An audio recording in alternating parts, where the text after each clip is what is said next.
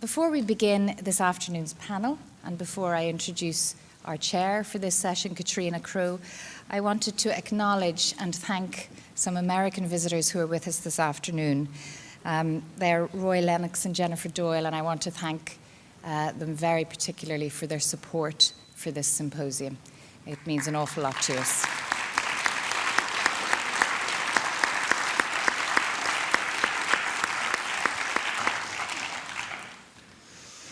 Now, in order to lead up this very interesting panel of speakers, I want to introduce Katrina Crowe, who's Head of Special Projects at the National Archives of Ireland. She's manager of the Irish Census Online project, which I'm sure you all know about, but is a fascinating and extremely useful project for citizens and historians alike. She's editor of Documents on Irish Foreign Policy, and she's also editor of a really beautiful volume, beautiful and useful, which is called Dublin 1911, published by the Royal Irish Academy late in that year. So will you please welcome Katrina Crowe.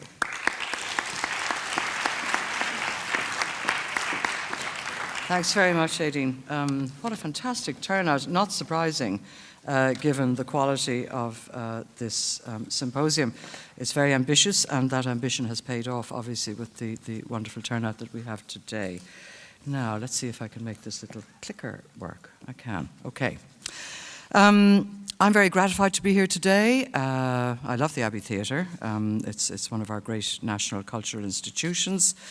I'm particularly gratified that as part of the great series of rehearsed readings that you're having as part of the symposium, my old friend Mary Raftery's No Escape is going to get an outing tonight. Mary was snatched away from us far too young, and of course she was a seminally influential investigative journalist who uncovered more about child abuse than any other single person, I think, in the state. No Escape is her adaptation of the Ryan Commission, which would never have come into being without the work that she did.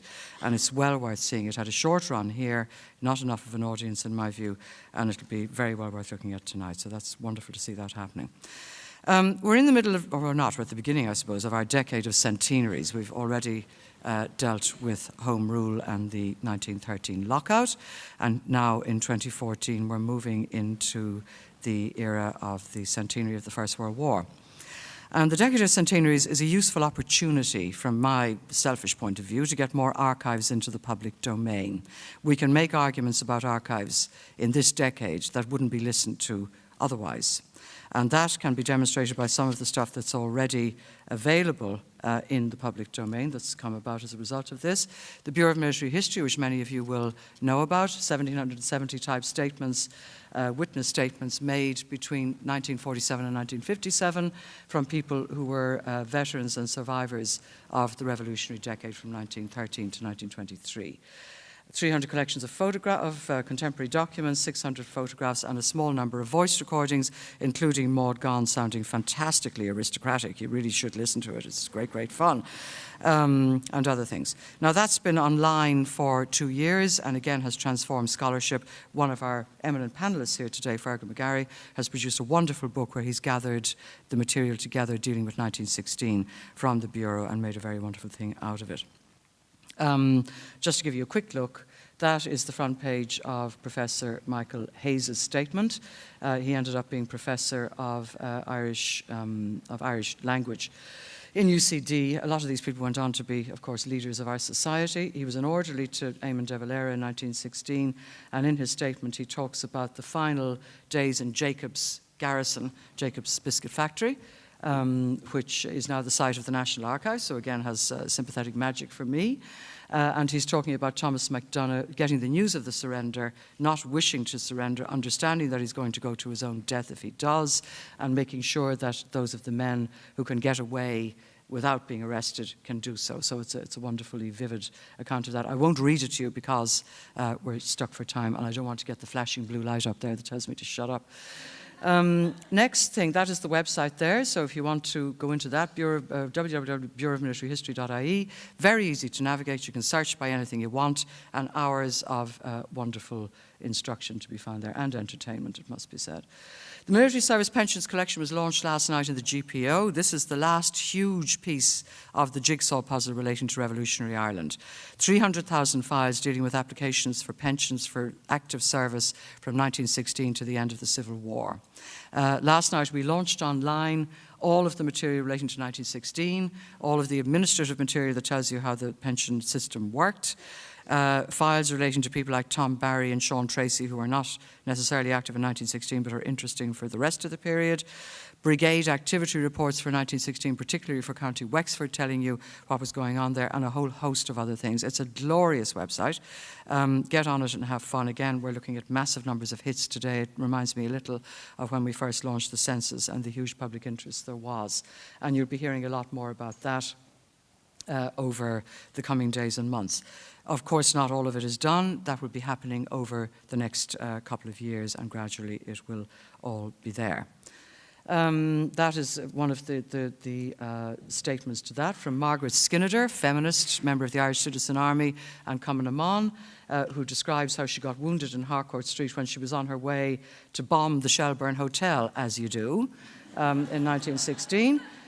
They got into a ridiculous sniping situation at the bottom of Harcourt Street. She got wounded, looked for her pension in 1924 and was refused because the definition of soldier was exclusively masculine, quote.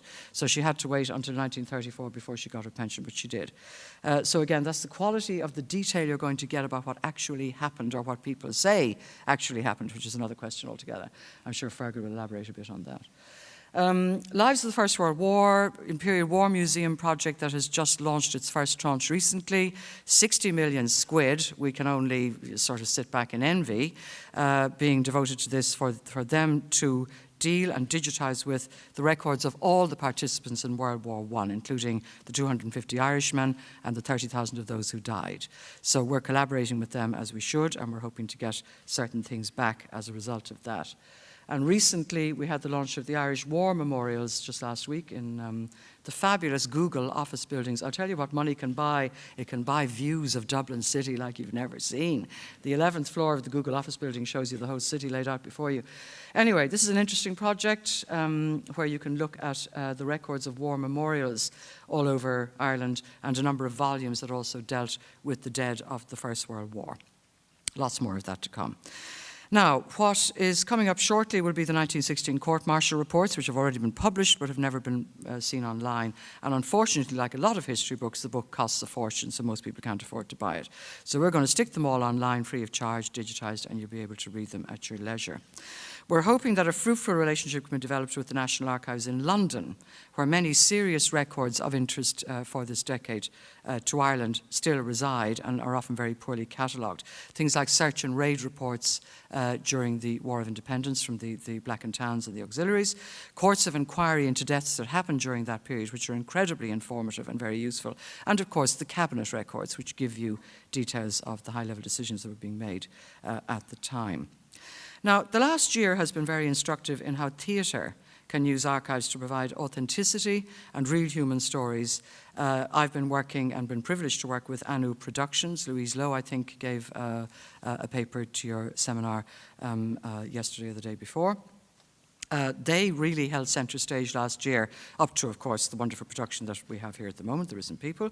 But Living the Lockout, the site-specific encounter with tenement living in Henrietta Street, and 13, that very innovative way of using 13 approaches, if you like, to the lockout, all used archival material, both public in terms of the 1911 census records for their huge information about tenement dwelling.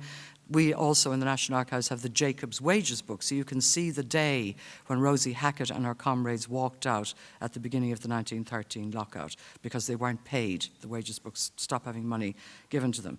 They used all of that. They sourced private records of their own, some of them relatives of the actors, and that all gave richness and depth to this fantastic site-specific work that they have been doing. And I have to say that 1913, in terms of its cultural content, has set a very high bar for the years to come during the decade, and a huge amount of credit is due to the Irish trade union movement for funding it and supporting it to the extent that they did. So let's hope that the state pays attention to that. One of my favourite memories from all of that was my friend Dervla Crotty suddenly bursting out of the Abbey Theatre here into the lane behind with the manager pursuing her. She was playing Helena Maloney, who was acting in The Playboy of the Western World during the lockout, and she was running out during the interval of the matinee to help in the soup kitchen, which she actually did at the time. The manager was furious with her for going off. Dervla drew us into the basement of Liberty Hall, told us the story of the death of Alicia Brady from tetanus, one of the most clinical and frightening descriptions I have ever heard of what that entails, and gave us all a drink of whiskey for nothing out of her baby power, which was one of the nicest things about it. But again, all of that is changing the way that we're dealing with this city and other parts of the country in the light of the decade of centenaries. So today we're going to be looking at intersections between archives and theatre, of which there are very many. We have a highly distinguished panel of speakers, and we're hoping to have time at the end for engagement with you, the audience, on what we'll be talking about. Our first speaker today is Patrick Lonergan, who many of you will know. Anybody involved with the theatre knows Patrick. He's the course director in the MA in Drama and Theatre Studies in NUI Galway, and a leading light in theatre studies, a major contributor to the Irish Theatre magazine and to the Irish Times in terms of reviewing theatre and theatrical publications. He's an expert on J.M. Synge, and Martin McDonagh has published extensively on both of them. He's Vice President of the International Association for the Study of Irish Literatures, IASIL as it's known, which is a very prestigious organisation, and wonderful to have an Irishman in such a high position there. And he runs the Synge Summer School every year, one of our best summer schools. His book, Theatre and Globalisation, Irish Drama and the Celtic Tiger Era, was published in 2009 and won 2 prizes. And he's deeply involved in the very innovative project between the Abbey Theatre and NUI Galway to digitise their wonderful records, which I had the pleasure of seeing.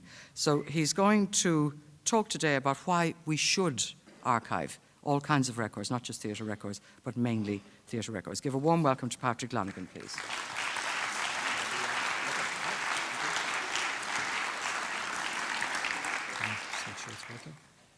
Okay, well, first of all, I just wanted to start really by just saying thanks very much to Fearghal and Aideen and Kelly for the invitation to be here. It's great to be in such nice company. It's great to hear so many stimulating papers. You know, even the tweets are deep and meaningful, which isn't often the case. So what I'm going to be talking about today really is the use of archives, theatre archives, for scholarly research and by extension for teaching. And what I thought I'd do is just start with an anecdote about something that happened to me in an archive. So it was about 2 years ago, and I was in the Shakespeare Institute in Stratford-upon-Avon. And the reason I had gone there is because I was interested in a man called James Halliwell Phillips, very distinguished Shakespeare biographer who lived during the 19th century. I was interested in this man because I knew that he had owned a copy of the Third Folio. This is a collected edition of Shakespeare's plays, published in 1664. Very interesting book. Interesting in its own right, but interesting to me because I knew that this particular copy had originally belonged to Smock Alley Theatre here in Dublin. And they didn't use it just for reading pleasure, they used it as a prompt book. So what this man Halliwell Phillips had in his possession was all of the prompt books for the very first performances of Shakespeare in Ireland. It's really interesting stuff. This isn't a great, particularly well resolved image, but you can get a kind of sense of what it looks like. So this is an excerpt from Midsummer Night's Dream, and as you can see, they have an actor's name in there to say who's playing the roles. They've cut some of the lines, they've changed some of the words. You can find out what props they used, how they managed their entrances and exits, and so on. And they have this for Hamlet and A Midsummer Night's Dream and Othello and lots of other plays. In my opinion, we could call this a national treasure, if only it still existed. Regrettably, Halliwell Phillips was using it for research. So what he did was he tore out the pages and he chopped them up and he pasted them into his scrapbooks. Now, some of the prompt books survive. You can see them in the Folger Shakespeare Library in Washington, D.C. And there are also fragments in these scrapbooks in Stratford. And so it was the scrapbooks I had gone to see. So, I arrived and I looked at the scrapbooks and I found what I knew was already there, and I found it interesting. And then I got talking to the archivist, and she said, there's boxes and boxes of the stuff down there in the vaults. So I asked, as anyone else would, I said, well, what's in them? And then she said the one sentence that every researcher longs to hear. She said, I don't know, no one's ever really looked at that stuff before. I pulled on my white gloves, which you need for archiving, feeling very good. I can understand why Michael Jackson wore a white glove as well. And I got down to work. Now, to tell the truth, I didn't really find anything particularly interesting. But what I did find was something that did surprise me. And it was a few more fragments from a play that I hadn't known had been produced in Dublin in the late 1600s. And that was Antony and Cleopatra. Now, the evidence is a little bit inconclusive about this. It's certainly not conclusive. But it was a really interesting thought, perhaps even an interesting discovery. Now, Antony and Cleopatra is about lots of different things. But one of the things it's about is the dangers of empire building. We have this great Roman general who becomes like the people he's trying to govern in the far-off colony. So, he spends a lot of his time in the play drunk or high or in bed with Cleopatra or all three. And it's for that reason that he loses his part of the control over Rome, leading to the rise of Caesar Augustus. Now, maybe this production never happened at Smock Alley, but as I was looking at these fragments, I found myself asking a question. What would it have been like to sit there in that theatre in front of an Anglo-Irish audience at a time when Ireland was undergoing a process of colonisation, and to watch this play that says to would-be empire builders, whatever you do, don't get too close to the natives? And that's a question that I'm probably not ever going to be able to answer. I mean, we always hope that, there'll be a box in somebody's attic somewhere in Birmingham and it'll show up something that we didn't know was there, but the likelihood is small. In any case, I suppose the reason that I mention this particular story is to get at the idea that there's something very romantic about archives. I know it might be kind of hard to imagine that you're up to your elbows in dirt and things that are dusty and damp and a little bit smelly, but that is actually romantic. And it's romantic in the sense that when you're working in an archive, you go in there with the words, I wonder if. And those are the three words that people use when they're in love for the first time, I wonder if. They're the words that scientists use when they think about putting people on Mars or curing cancer.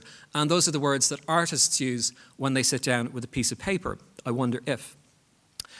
Now, in fairness, those words, I wonder if, are also used by liars and con men and thieves. But I think it's also true to say that, we can judge the health of a society by considering its citizens' capacity for wonderment and for curiosity. So, one job of a teacher and one job of a theatre is to stimulate that kind of curiosity in the people that we work with and to channel that curiosity into whatever fields people want to work in. But another responsibility that we have, a shared responsibility, is to think about the curiosity that people will have about us in the future. And perhaps this is a question that Halliwell Phillips wasn't thinking about when he destroyed the prompt book. But it's an interesting thing because it never occurred to him at all, that in 100 years' time, people might be interested in how theatre was staged in Dublin. He was a distinguished biographer. He cared about Shakespeare, cared about the theatre. He wasn't a barbarian. He just thought it wasn't going to be of interest to anyone. And to be fair, that's also true of Smock Alley, who sold the thing in the first place. So I suppose what that means is that, we go to archives to answer questions that are important to us today. And today's urgent question may have been irrelevant 10 years ago or 20 years ago or whenever it was. And I think then perhaps one job of the academic, one job of the archivist is to make sure that when people look back, they aren't greeted with silence or with absence, which is one of the things we find so often in our archives. That's something that we're very dedicated to at NUI Galway, where I work, where we have a lot of the archives of Irish theatre companies and Irish actors. So we've got the papers of Thomas Kilroy, whom we heard so brilliantly this morning. We have the papers of Druid, the Lyric Theatre, Galway Arts Festival, Mockness, Siobhan McKenna, Arthur Shields. We have the papers of John McGahern, of course a great novelist, but also wrote plays, one of which was in fact staged here. And as with all theatre archives, you can't see that very well, but you're always going to find amazing discoveries. So on the slide there, you won't be able to read any of this, but the image on your left is the title page from a very early Brian Fearghal play, which he now doesn't really acknowledge. It's called The Blind Mice, staged in Belfast in 1964. And then on the right, we have an unproduced script of a Flann O'Brien play called The Dead Spit of Kelly, and they're both from the Lyric Theatre Archive. And at the time, you know, in the 60s when they were lodged with the Lyric, people thought they weren't significant.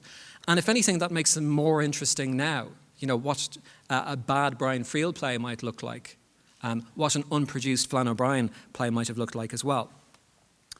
So as Katrina was saying then, one of the other things we've been doing since last year is working with the Abbey to digitise their archive. And I'll just put up on screen there to give you an idea of what the database is looking like. This is going to take us until 2016. We're about a third of the way through it already. And when it's done, it's going to be by far the world's biggest digital theatre archive. I suppose just to put it in context, the biggest theatre archive online at present in Ireland and the UK is about 30,000 items. Ours is 1.5 million items across several different media. So, you know, ours is bigger than theirs. With apologies for lowering the tone.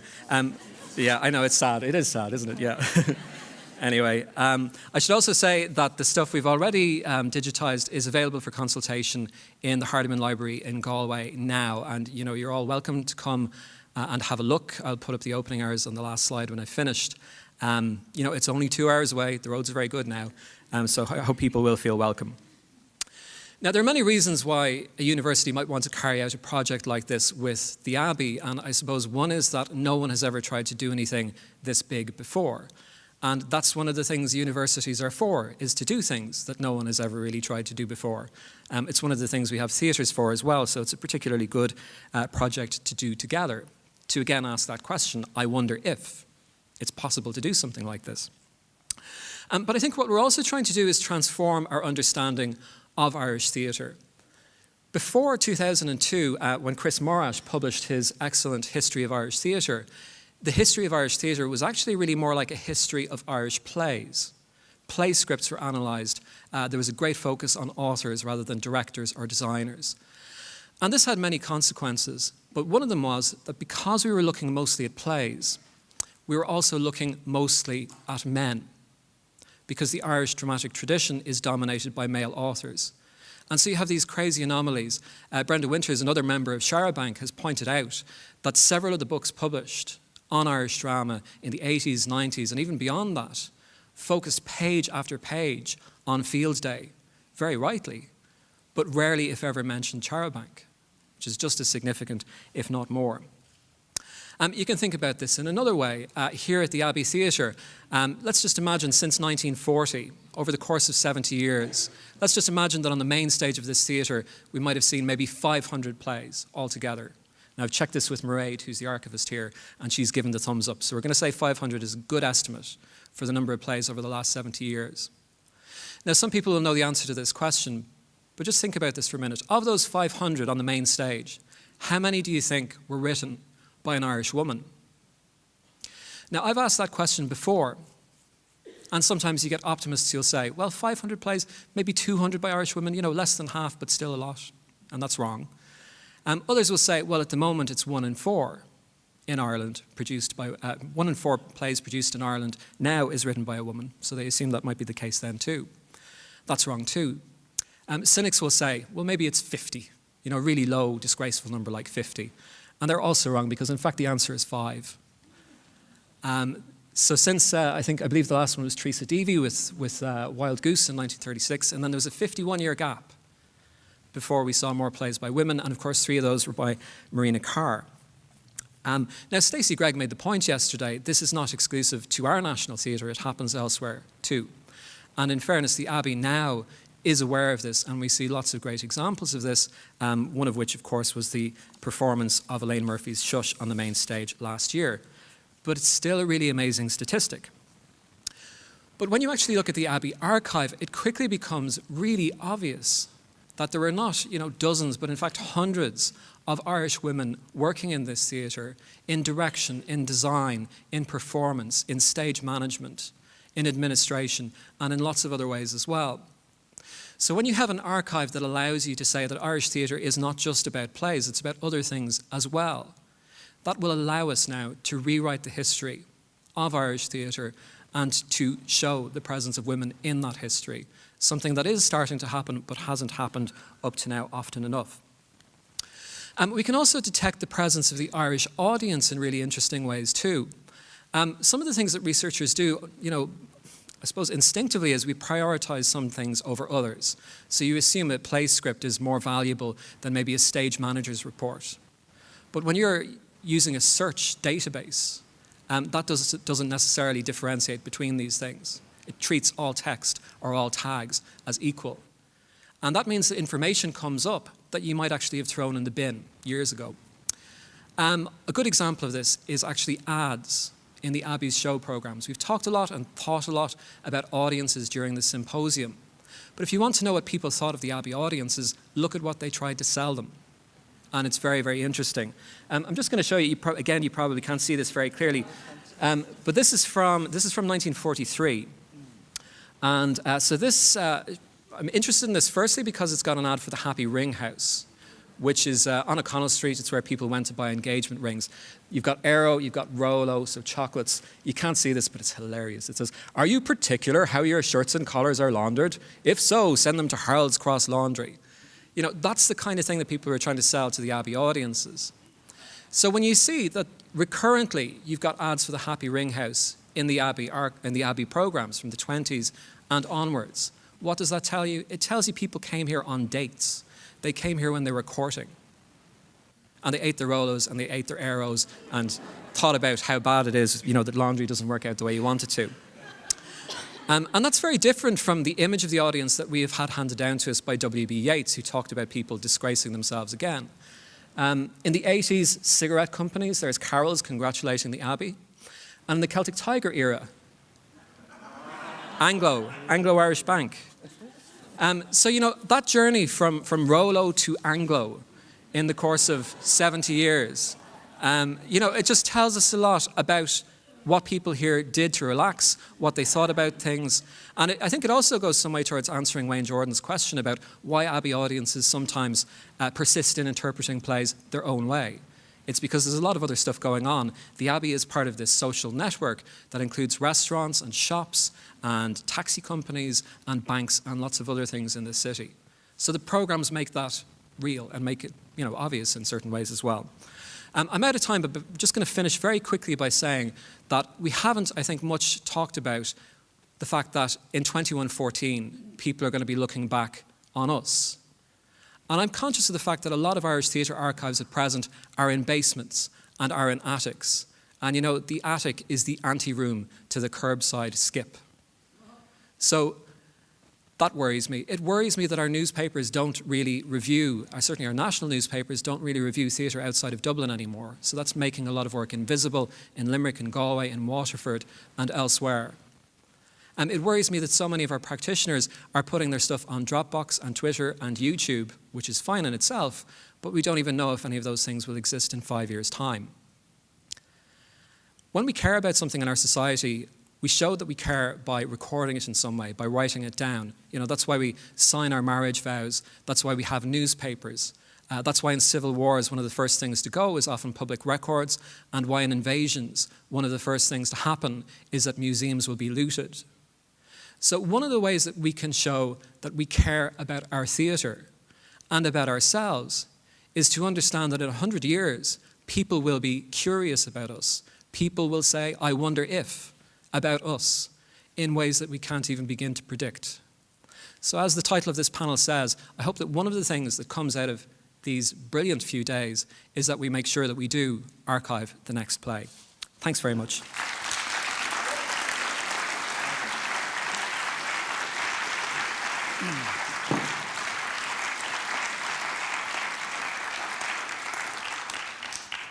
wonderful paper. A few things that occurred to me. The poor Smock Alley program prompt script that got torn up and put into somebody's scrapbook. Archives undergo shocking amounts of depredation and destruction, and it's really important to remember that unlike books, they're unique and fragile. And if they go, they're gone. That's it. That terrible ad, if you don't buy the bed now, it'll be gone. Yeah, well, of course, like if it's gone, it's gone. But the Archives of Ireland suffered a terrible blow in 1922 when the Public Record Office was blown up during the Civil War. And I won't go into my usual rant about who's to blame and who I want to drag up through the streets in agony for what they did to our history, because you've all heard it before. But it's important to remember that that is the case. That makes anything that remains disproportionately important. It makes something as precious as the Abbey archive or the archives of any other theatre or group involved with theatre in this country disproportionately important because they survive. And I want to echo Patrick's call that we make sure that we think about current records as much as saving those of the past, because there are specific challenges with things like electronic records. The Abbey, no doubt, has a very sophisticated electronic record system. What are they doing to make sure that that is taken care of and survives into the future? There are issues around innovative site-specific theatre. How do you archive that? The script isn't enough. You've got to have a record of the performance. So all these things are stuff for us to look at. And lastly, thank God for Marina Carr. I mean, women all over Ireland get down on their bended knees and say, thank God for Marina Carr. Where would we be without her? She did blaze a trail for other women. And we now have a flourishing women's sector of the theatre in Ireland. But it is terrifying to look back and see how few of them there were engaged, particularly in writing. Now, moving on to further discussion of the Abbey, the wonderful Abbey archive. And may I make a plea here? This may be unpopular. If there's any chance of making it free to access, please, please do so. I'm a passionate advocate of free access to archival material. And the census has been free. The military service pensions files are free. The Bureau of Military History is free. This archive is on a par with all of those things, and it would be a real shame if people had to pay money to get access to it. So if there's any way of doing that, please try. I'm glad not everyone thinks I'm Pollyanna. It's nice to know that there might be some support for this as even an economic, cultural measure. Our next speaker is Mairead Delaney, who is the heroic archivist of the Abbey Theatre. I've known her for a very long time. She's been here for 18 years, and during that time, she has taken extremely great care of her very precious collection, which, as we know, is now being digitised in NUI Galway. And I know she's played a huge part in making that happen. She's been hugely instrumental also in making the collection accessible to researchers and to the general public. And those are two serious categories of people. We don't just, as archivists, we don't just serve the research and scholarly community. We want to engage with the general public. And again, that's where free-to-access digitization makes that happen in a really wonderful way. She's also engaged in wonderfully innovative ways of making the collection available for educational purposes by having people in for specific occasions to handle particular things, to look at particular scripts and so forth. And she's going to talk to us today about the Abbey Archive, a resource for theatre and the public. Mairead.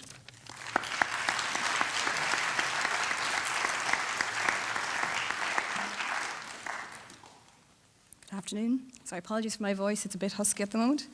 I'm going to talk you through the Abbey Theatre Archive, how it came about, the collection, what we have here, and maybe some unusual uses for archives. So as we all know, archives by definition are the collected memory of an institution or an individual, and the Abbey is no exception in this case. However, there are some occasions when people arrive in, they expect to see the papers of Lady Gregory, Yeats and Synge, and unfortunately those papers don't exist within our archive, but they are available to us. The National Library have a wonderful collection of the Yeats papers, Synge papers are in Trinity, but you do have to travel a little bit further. You have to go to New York, to the New York Public Library, to get access to the Lady Gregory papers. You would expect that there's an awful lot of material here. Just talking about the extent of what the digital archive will be, it is actually very, very extensive and very frightening when you first walk in as a young archivist and you're faced with the task of trying to put order on what is, in effect, disorganized when you first arrive. It's interesting to note that the archive came about from an act of commemoration. The 90th anniversary of the Abbey sparked an interest in the whole notion of archives and their use. So an exhibition of photographs were put together, and they found quite a lot of material here. Equally, a conversation was had in the Orris between Patrick Mason and Mary Robinson, and they were talking about the value of archives and the fact that there wasn't a theatre archive. So this was basically lighting the spark for Patrick. He commissioned a report onto the archival collection here, and 2 years later I was appointed. And from that point onwards, we have been actively collecting and preserving the material, and obviously trying to make it as available as possible. But you say, well, what exactly have we got? And we have material going back to the 1890s, from posters, programmes, every sort of material. And what I thought I'd do is bring you through some of that material, and just to show you the relevance of how it can be used for the theatre and for the general public. We also have some, sorry, apologies, I'm just too short. Okay. I'm basically going to bring you through what are, I think, are very important collections. So starting off, we have the Master Programme Collection. We have over 90 volumes of programmes. Each year is gathered together, and we're gathered by W.A. Henderson, who was the secretary from the very first days of the theatre. They're tightly bound, so sometimes they're very hard to get at. But this is actually the programme for the very first performance on the Abbey stage. So you can see what was put on the first night. And equally, what you see is a woman. We have a woman mentioned here, Annie Horniman, who was the first sponsor of the Abbey. She gets her own credit, and she's actually credited as designing the costumes for the very first play on stage. Now, this is unusual, because as you go through the programme collection for the next 20 years, there's no reference to set designers, costume designers, the directors. They're just not mentioned. The only people who are mentioned on stage are the writers and the actors, and everybody else is forgotten about. Not that they're not there, but it's just very hard to find them within that record. Obviously, we have photographs. Now, this is just to situate you in the old Abbey as it was. A lot of people don't recognise that space because obviously it burned in '51. So it's great to have a record of the space itself, but obviously we have a vast collection of programmes, and obviously they're going to illustrate the productions. This one's unusual in that you have 3 Allgood sisters. Everybody knows of Molly Allgood, they know of Sarah Allgood, but who knew that Annie was on stage as well? And this is one of the first productions of the 3 of them together, and Annie normally just gets her walk-on parts, but she's here in Riders to the Sea. And it's actually one of the first occasions when Sing meets Molly. So it's just, a romantic moment, as I say. We then move on to photographs and programmes of our American campaign. We first go to America in 1911. And while we're there, we have vast amount of scrapbooks retained of newspaper accounts of what goes on, the riots that were involved in along the way in New York, in Philadelphia. And again, these are all in the National Library. They were put there in the 70s, but actually as part of this project, we are now digitising those as well, and they will form part of the digital record. 1916, I'm just going to represent it in this piece because we have the poster for what should have happened in 1916. What they expected to put on. We actually have the programme as well, who was expected to be taking part on the Easter Monday and on the Tuesday, and unfortunately this doesn't happen. The play, The Spancel of Death, is not performed and has remained unperformed because some of the actors are completely caught up in the action, obviously, in 1916. And again, we can involve a lot more women there as well. We have Maureen Hewlick, one of the actresses. She's actually helping out as a cook in Jacob's Biscuit Factory, now the National Archives. But by contrast, there is another piece of imagery in the theatre, and this is the Rising of the Moon. It's a poster of some of the actors who didn't take part in the Rising. In fact, they join up, they go to war. And this is Lieutenant Martin. His stage name is Philip Gyrie, and when he's abroad, he's captured. And in a German prisoner of war camp, he teaches the Rising of the Moon, that nationalist piece, to a bunch of Unionists, and they're performing it for the prison guards. So I think that in itself is just the 2 sides of 1916, clearly depicted in 2 pieces of art, very, very simply. We move on to administrative records. We have logbooks of submission. So in this case, you can actually see the very first submission by Sean O'Casey. It's the very top piece, the very top line, a play called Profit and Loss. And when we talk about the act of memory, O'Casey completely forgets this. He never mentions this in his autobiographies. There's no reference to this submission, but we do have the record. It's the address is correct. It's 18 Abercorn Road. It is him. But if you look down through that page, it also records the period of the Rising. So you can see there's a tail off in submissions. There's about 5 weeks where nothing comes in. And, taking that piece out of context, if you didn't know about the Rising, it would just be a simple little logbook of submissions. But again, context is absolutely everything. moving again to 1921. Obviously, if you're thinking here in Dublin, we have a lot more activity. We're back to, again, we have activity on the streets around us. There's curfew in place. So the Abbey can't perform in the city centre. So they go to London. They put on a series of lectures as part of their whole engagement in the Royal Theatre, the Royal Court Theatre.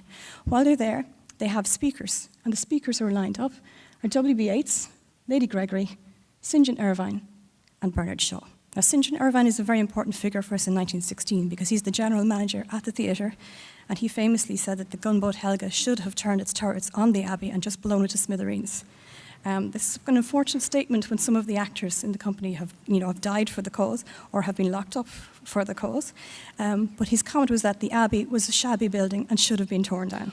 And this was the one excuse that they could actually get a new building out of the Rising. But unfortunately, only one pane of glass was damaged. So that was the end of that for him. But it didn't go down well with the actors, and they actually they threatened to strike, and in fact do strike. And it's the very first official strike where Lady Gregory didn't side with the actors. She sided with the general manager, St. John Ervine, and said, actually, the manager is the person in charge. But the actors, when you look into the truth of the matter, most of them were signed up to go to film. So it was a kind of an idle threat. They were actually about to leave in the next couple of weeks anyway. But, this is how it comes about. So within 5 years, St. John Ervine is back then supporting the Abbey in London and giving a public lecture. That in itself, I think, is fascinating. Within 5 years, something has changed. And in the meantime, he has been to war himself and lost a leg for the cause. So there's an awful lot going on behind what are very simple little documents.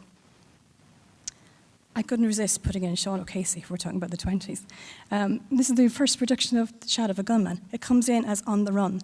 So they take the play in, they change the title, give it a new title, and on it goes. But within this piece, if you look at the bottom, there's a little note which says, sounds customary with a raid by auxiliaries will be heard within the act. I mean, what they're doing is they're actually informing people, don't be afraid, there is actually something within this play because this is basically about 2 more months before hostilities end in the War of Independence. So when we're talking about action and performing pieces, close to the action of events, this is absolutely happening within the confines of this theatre, but the action is on stage, but there's a lot more action going on outstage. And that's just a very interesting piece to note. And obviously, the money. The money is very important. So I thought I would take out an unknown O'Casey play. So we have Nanny's Night Out. Everybody talks about the Dublin Trilogy, the 3 great plays. But within that series of 7 years, there's actually 5 plays by O'Casey. And this is one that is completely forgotten about, Nanny's Night Out. And in the week where we have been to Wheatfield Prison, I couldn't resist taking a piece that actually relates to someone who gets out of prison for one night, the revolving door syndrome happens, she's back in. So this is the title. It refers to Nanny's Night Out. She's out for one night from Mountjoy Prison. But when it's submitted, it's actually Irish Nanny Passes. So O'Casey originally wanted to have Nanny killed. And it doesn't have. So there's actually, when he publishes it with both endings. So you can take for yourself which is the better piece. But the money tells all. It took in that week, £316, which is a phenomenal amount of money, when normally maybe £180 was the takings. So O'Casey was absolutely bankrolling a lot of the other new experimental work at the time. And this then, very simply, is the ground plan for that production. And we've talked about, Patrick has talked about the whole role of scholars and basically what the tenet that the play is everything or the script is everything. But a lot of this material, the production material, and how the stage managers put everything on stage is vital to our understanding of the productions. So it's a very, very simple little piece that you have, and most of these stage management records are very, very simple. They're literally sketched because the actors only have 1 week to put on this production and then they move on. So we have Propolis. Again, it's a nice listing of what happens, but as an authentic record, they actually mark which ones were finally used in the production. So not only have you what they intended at the beginning of the rehearsal, but what they finally used. Curtain and lighting cues, very, very simple. Nowadays, with all our digital technology, everything happens magically, everyone can connect, but if you're on 2 sides of the old Abbey stage, you needed to have those 2 little pieces of cues. If somebody's prompting at one side, they needed to have a part of the script and to be aware of who is going to be speaking and when should they actually move, say, the curtains or move props. So they have little clues. And you'll see there's an action when Johnny moves out, and that is Will Shields. Now, who's Will Shields? That's Barry Fitzgerald. But if you didn't know that, you would know within the action of what's happening. We have minute books. So you can actually see what's going on. at the administrative level. And this I've included because it's the acceptance of O'Casey and it's the acceptance of Plough. And Patrick Mason referred to it yesterday about that acceptance and the issue with our first government representative on the board. It's the very last paragraph. It's proposed by Lady Gregory, seconded by Lennox Robinson, and it's passed by 3 votes to 1 that Plough be accepted, subject to alterations by the producer. Now, the producer is Lennox Robinson, and this entry is in his hand. They've actually basically moved, the secretary is not involved in this meeting. It's literally just themselves having their final argument about it, and on it goes. And we actually do have the prompt script itself. And just like the prompt script that Patrick was referring to earlier, you can see all the changes, see what's going on. And that famous song, Nora, is actually a second attempt at that scene. The original song O'Casey put underneath was deemed to be too racy. He just wasn't allowed to have it. The last line of which is, I'll seize thee panting in the arms, and, sorry, apologies the voice,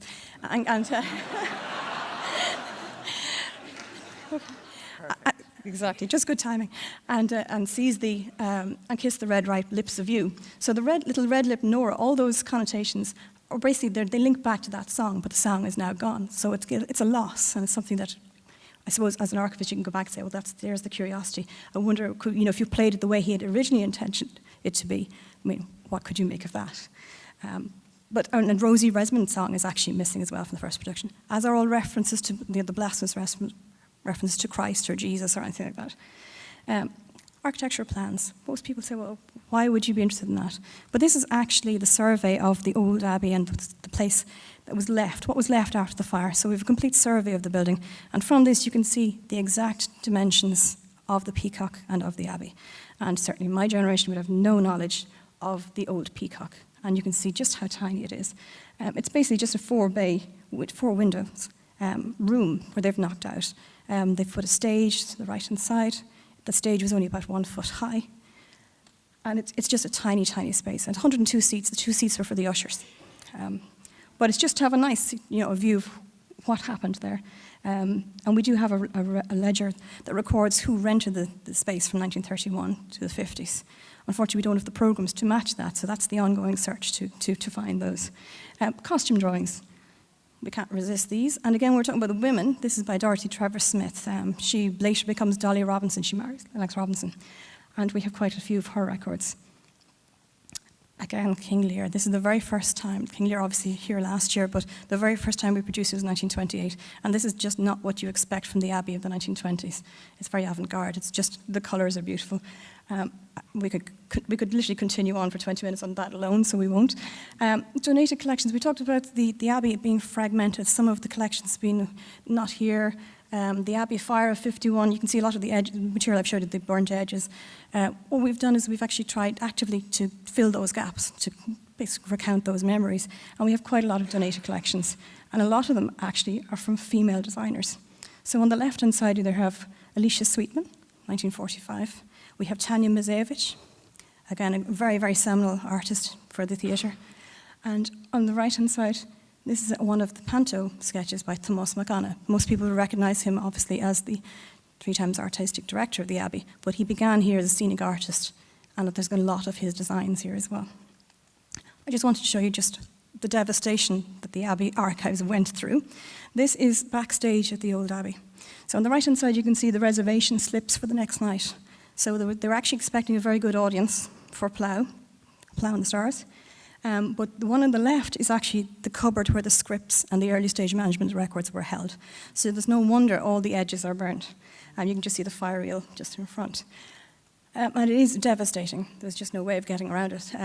The auditorium is fine, but the material is badly damaged. As a result, then, the material itself, now that has survived, is very brittle.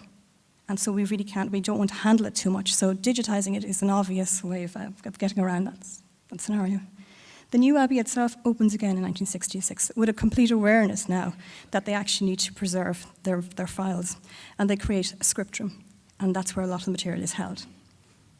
But when they open with a production of Recall the Years, which is a historical piece looking back at the Abbey's history to that point. And ironically, you see archives on stage. They're already using some of the commentary in the newspaper accounts for their first tour in 1911. And actually some of these accounts are from the Philadelphia encounter that they have with the audience, where they are pelted with decomposed eggs and all sorts of things like that. But they are interesting, and just archives, they are a living thing. They're used as a resource here within the theatre. They have a dramaturgical function in that the actors come in, look at the videos. We have about 300 videos of productions. Sometimes some people come in to have a look at them before their audition, just to see. Oh, right, I better hurry up. I didn't mean that. That's okay. You are running out of time. That's grand. I'll run through. It's the voice. So the revival, obviously, okay, see something from the repertoire, we will have a lot of content. But we were talking about 13. Dervla Crotty came in to use the archive for her research for Helena Maloney. Obviously, Helena Maloney was an actress here at the Abbey, and we were trying to pinpoint exactly where she would have left, where was the point where she was in the dressing room. And we could look at the plans and determine exactly where she should have been, and that's why we could pinpoint on the alley outside where we were going. On this plan, you can actually, it's hard to see from the scenery store, and behind that, the one unmarked part is the green room. But I'm just going to show the danger of what happens to archives in a theatre on occasion. This is a ledger from 1936 to 1955, which was used as a prop on stage. It was nailed down to the table so that during the scene change, it wouldn't move. So we have a nice hole all the way through. So when we come to digitizing that, there's going to be a lot of pressure trying to literally put each page back in order before we pressurize. But archives have actually wandered onto stage here in my time. Give Me Your Answer Do by Brian Fearghal is obviously about a writer who is there surrounded by his archive. And ironically, during the production, we had loads of duplicates of scripts. So we actually used a lot of scripts from the script room as the files of the production. So archives were on stage. Observatory by Dara Carville is set in 2 time periods. And for the first time, that I know of anyway, archival gloves and acid-free boxes made it to stage. They were used as well. The Sin Eaters is just an interesting project. This is actually the students of Lear last year, the second year students, came in and were asking me about, well, we actually talked about archives, the role of the archivist, what we do, how we catalogue. And ironically, they put on a piece called The Sin Eaters. And this is the first time that I know of that an archivist is actually one of the characters on stage. So I'm open to any sort of opinion on that. And the reason people here, just again, a piece of curiosity, that one of the pieces that you see right behind you on stage is a mock-up from Mixed Marriage from 1913. Because the 31st of December of last year was the 100th anniversary of an event here in the Abbey where a matinee production was put on by the Abbey of Mixed Marriage. And that performance, all the proceeds went to the Locked Out Relief Fund. So we thought, well, if we're obviously having a production about that, we couldn't resist with our props department to actually mock up a poster and put it on here. So I'm absolutely fully aware I've gone over time, so I think I'll stop there. Thank you.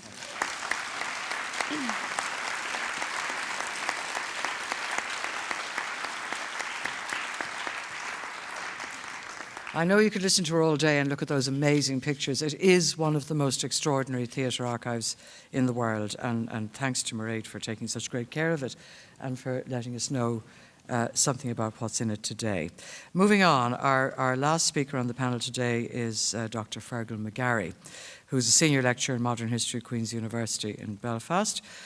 He's a prolific author, biographer of 2 very different characters, Owen O'Duffy and Frank Ryan, on opposite sides, if you like, in the 1930s, and 2 very fine books on the Easter Rising, one of which is regarded as the definitive book on the event, along with Charles Townsend's study, and the other, a wonderful compendium of voices from the period gathered from the Bureau of Military History, about which I spoke to you earlier. He's going to be convening a very interesting conference under the auspices of Universities Ireland in Belfast in June of this year on Ireland and World War I, which will have a stellar bunch of people talking at it. And today he's going to talk to us about the Bureau of Military History and connections with the theatre that he can delve into and find in that. Fearghal McGarry.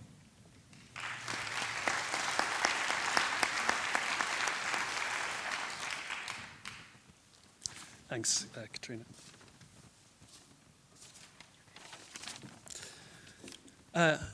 Great, thanks for having me here.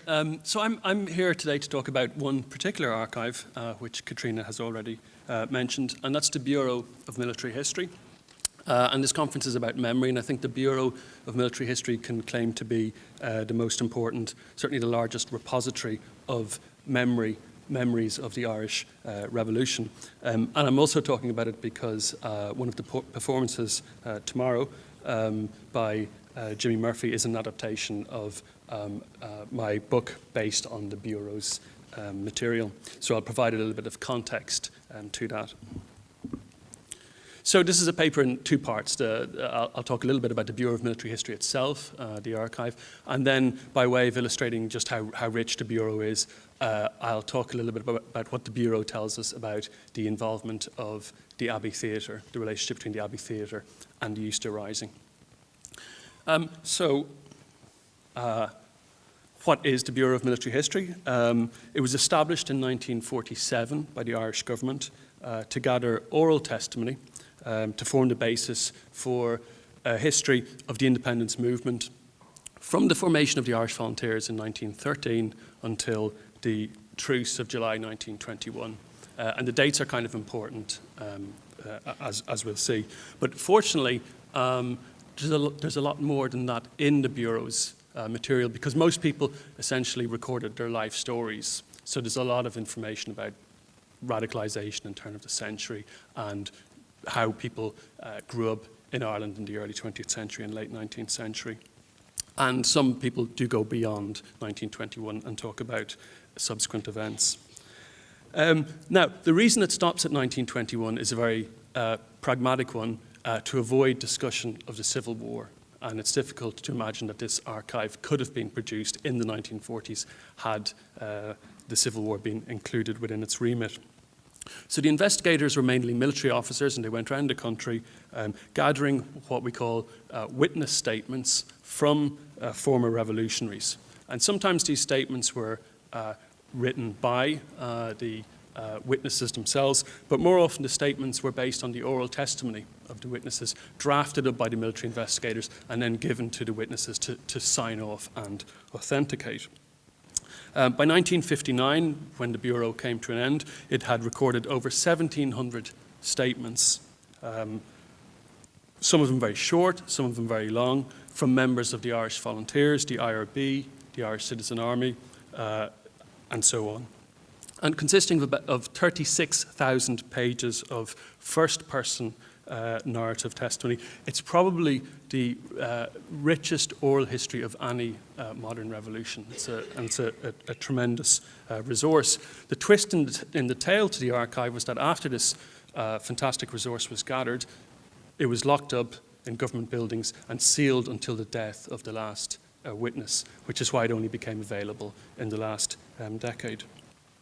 Now, as might be imagined, there are some problems with this source, very much related to the theme of today's conference of memory.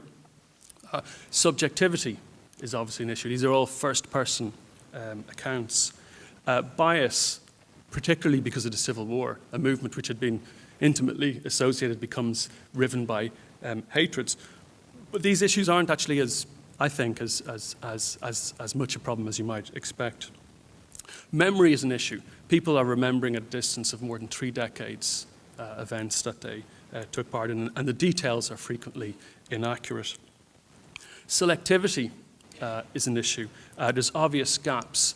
There's very little from unionists, from the British authorities, from constitutional nationalists. Women are underrepresented. And there are very interesting kind of, not just omissions, but there are people who refused to give testimony. So, for example, one flying column member refused to give a witness statement on the grounds that his memories were tainted with aversion and disgust. And reticence is a big theme in a big reason for a lot of the silences about this period. The Assistant Under-Secretary at Dublin Castle refused to participate on the grounds that he felt it would be a biased travesty and that would perpetuate hatred of England. Anti-treatyites often refused to participate. Elizabeth O'Farrell, who brought Pearse's surrender to General Maxwell, refused on the grounds that all governments since 1921 had betrayed the Republic. The most notable absentee was the most senior surviving Republican, Eamon de Valera, whose government had actually set up the archive itself, and he didn't give a witness statement. And those politicians who did give statements were also among some of the more tricky statements to interpret, as you can imagine. There's also gaps in topics discussed. Some killings are talked about a lot, some killings are not. Unarmed people, for example, sectarian killings and so on. Now, none of these problems, I think, are insurmountable. The vast number of witness statements means that you have multiple perspectives for most events and periods and subjects. And subjectivity, as opposed to being a weakness, is probably the key strength of the archive. And the archive is strongest, I think, in terms of giving a sense of the mentality of people who participated in the revolutionary period. And most of the other sources that we have from this period are also biased, but against Republicans, rather than reflecting their point of view. Things like press accounts and police sources, for example.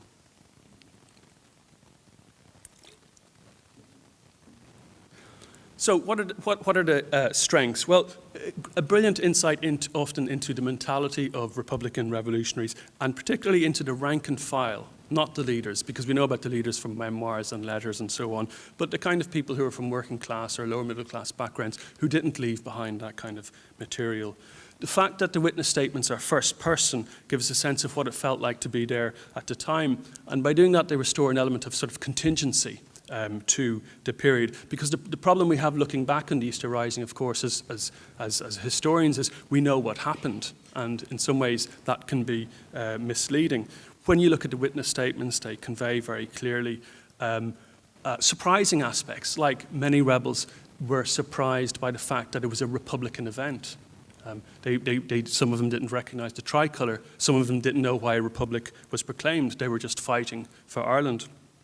You get a really clear sense of how marginal the separatists were before 1916, the seeming hopelessness of their cause, and of course that influenced very much how they responded to the events. You get a very clear sense of divisions within the movement, whether between different parts of the country, between different classes, between different Republican organisations, and even the differences within organisations, such as the Irish Volunteers and the Citizen Army, which are completely riven about whether there should be a rebellion. They're incredibly strong in the process by which people came to be revolutionaries.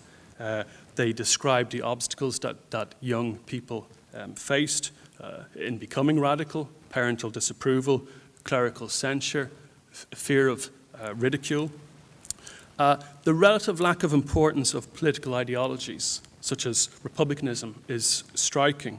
It's certainly much less important in people's sort of life stories of how they became a revolutionary than things like family background, childhood influences, Catholicism, the language, culture, history, and social and communal factors such as land in the West or sectarianism in the North.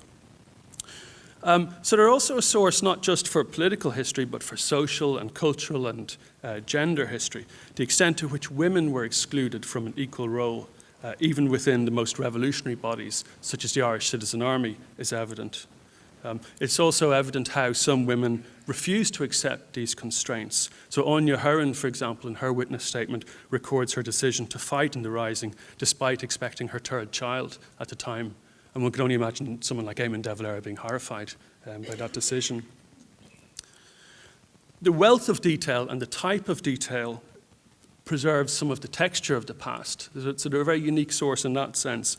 The witness statements describe the kind of clothes that people wore, how they moved about, mostly on bicycle, what kind of food they ate. They tell us what the rebels actually did during the Rising.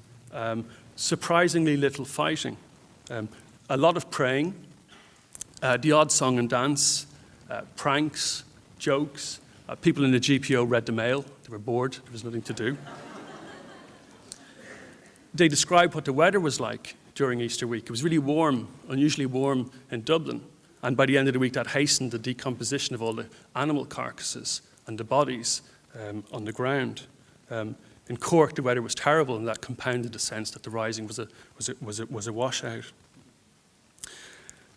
So in this respect, I think not just for historians, but for writers and artists, they're a wonderful source because they give us this kind of textured sense of the past. And also, thanks to Katrina Crowe, among others, they've been digitized, so they're incredibly easy to use. You just go to the website and you can type in an individual's name, a place, a subject, and you'll immediately draw up lots of hits. Now, when I did my research for my book, Rebels, the witness statements hadn't been digitized, and I had to sit in the archives over the period of 2 years reading the collection from beginning to end, file by file. And had they been digitized, it would have been a much easier book to produce, but I think actually it would have been a worse book. So that raises questions about digitization that we might talk about later, because you don't have a physical sense then of the collection in its entirety. Now, so by way of demonstrating the value of the witness statements, I'm drawing on my research into 7 members of the Abbey Theatre who took part in the Easter Rising. I just want to bring us to a few extracts. Now, in general, these provide plenty of evidence supporting Yeats's claim that the Abbey, meaning himself really, was central to the wider political awakening. But they also raise kind of issues where we need a bit of caution in interpreting the material. This one, obscured unfortunately by the picture, is P.J. Little, a Republican journalist, talking about how he met Yeats immediately after Easter week and told him that he was going to jokingly tell the British authorities that Kathleen na Houlihan was to blame for the Easter Rising. And one has an image of Yeats walking away from the meeting, scratching his head and going, "Did that play of mine?" But yeah, we'll never know. These statements here are very typical statements in some respects, in that they reinforce the idea that people became radicalized through the Abbey's dramatic work. But a bit of caution is needed. Dorothy McCardle was from a wealthy background, and I think her experiences weren't typical of her generation. Many more people were radicalized, for example, by the GA, obviously, than something like the Abbey's plays. Looking at my 7 Abbey rebels, what's interesting is that the process is actually reversed. They're not politicized through the theatre, rather they come to the theatre because they're already politicized. So drama plays this central function within radical nationalism at the time. Padraig O'Kelly's witness statement, I won't read them all because time is against me. Padraig O'Kelly's witness statement demonstrates the idea that there was almost a natural progression from learning Irish and becoming immersed in culture to fighting for Ireland. And that's true as far as it goes for many of the revolutionary generation, but it's also very misleading because the vast majority of people who did take part in cultural nationalism, didn't end up militant or Republican or revolutionaries. So there's a need for care.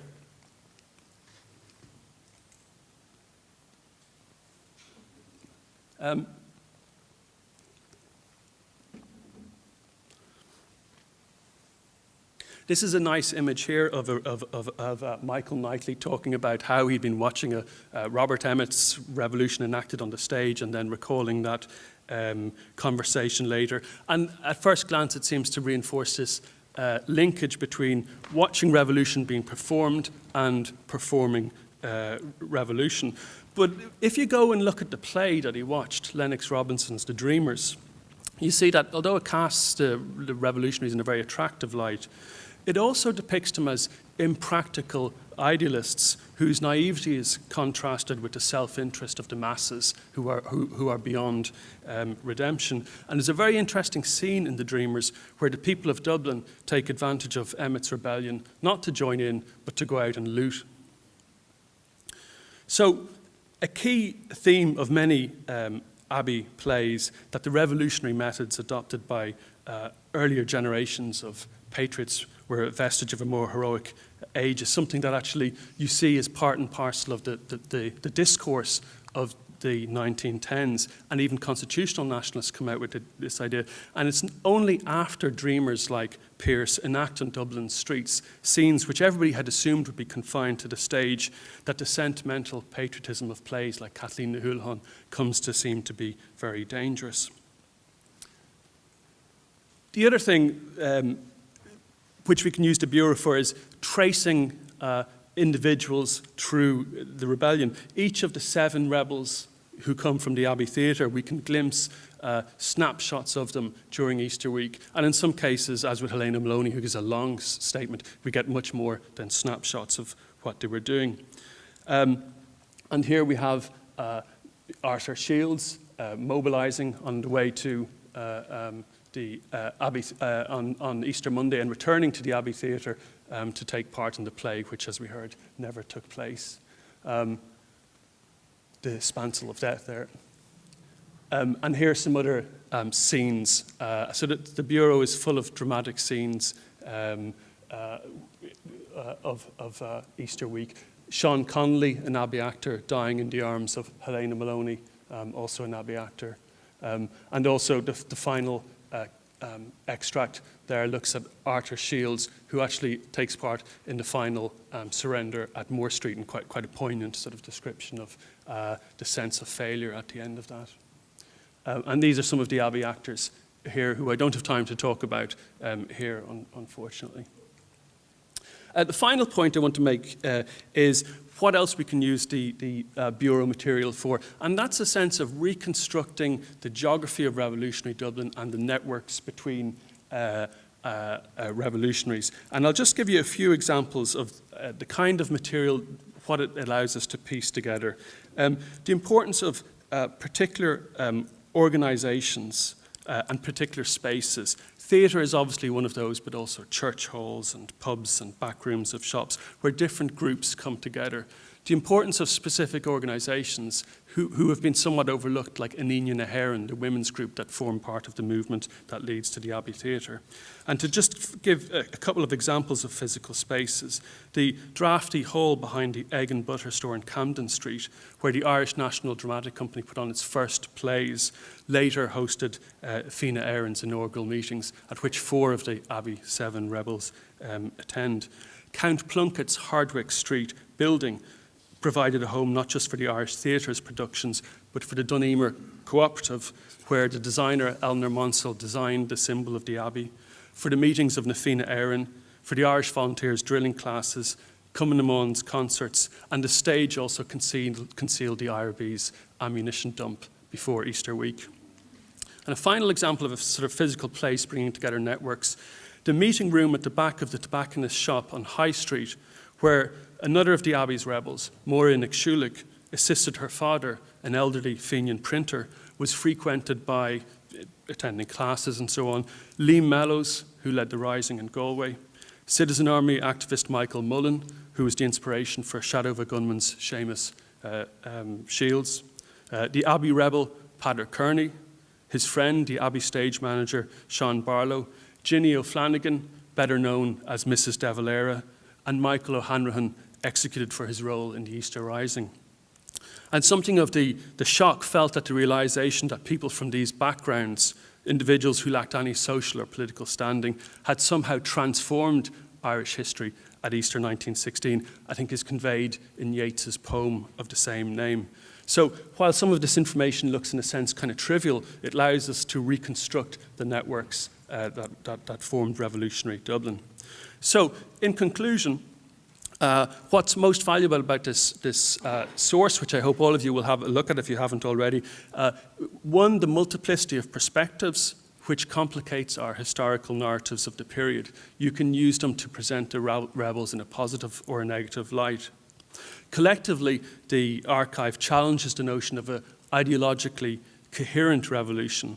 They suggest that most revolutionaries saw themselves as fighting for Ireland or fighting for freedom rather than a specific political vision. And that helps to explain the conservative nature of the Republic that emerged from that revolution. They offer a more complex picture of the revolutionary generation, much more fractious and more flawed than the heroes that were commemorated outside the GPO in subsequent decades, but at the same time also much more human, much more vibrant and attractive. And as a result, I hope they'll bring about a more nuanced and balanced assessment of the rebels and their actions in 2016.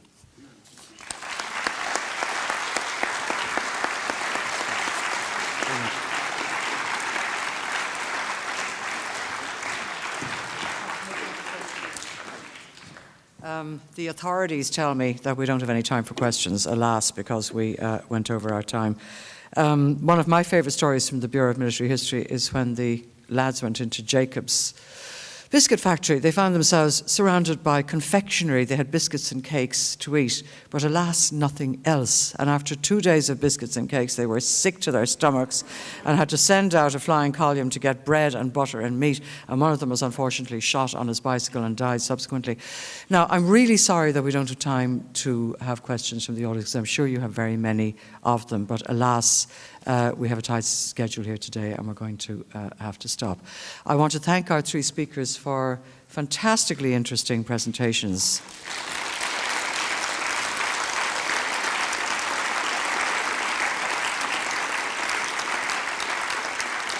And advise you to read Patrick Lonergan, to read Fearghal McGarry, and to await the fantastic digital archive from the Abbey, which hopefully will be freely available online at some point. Thank you very much.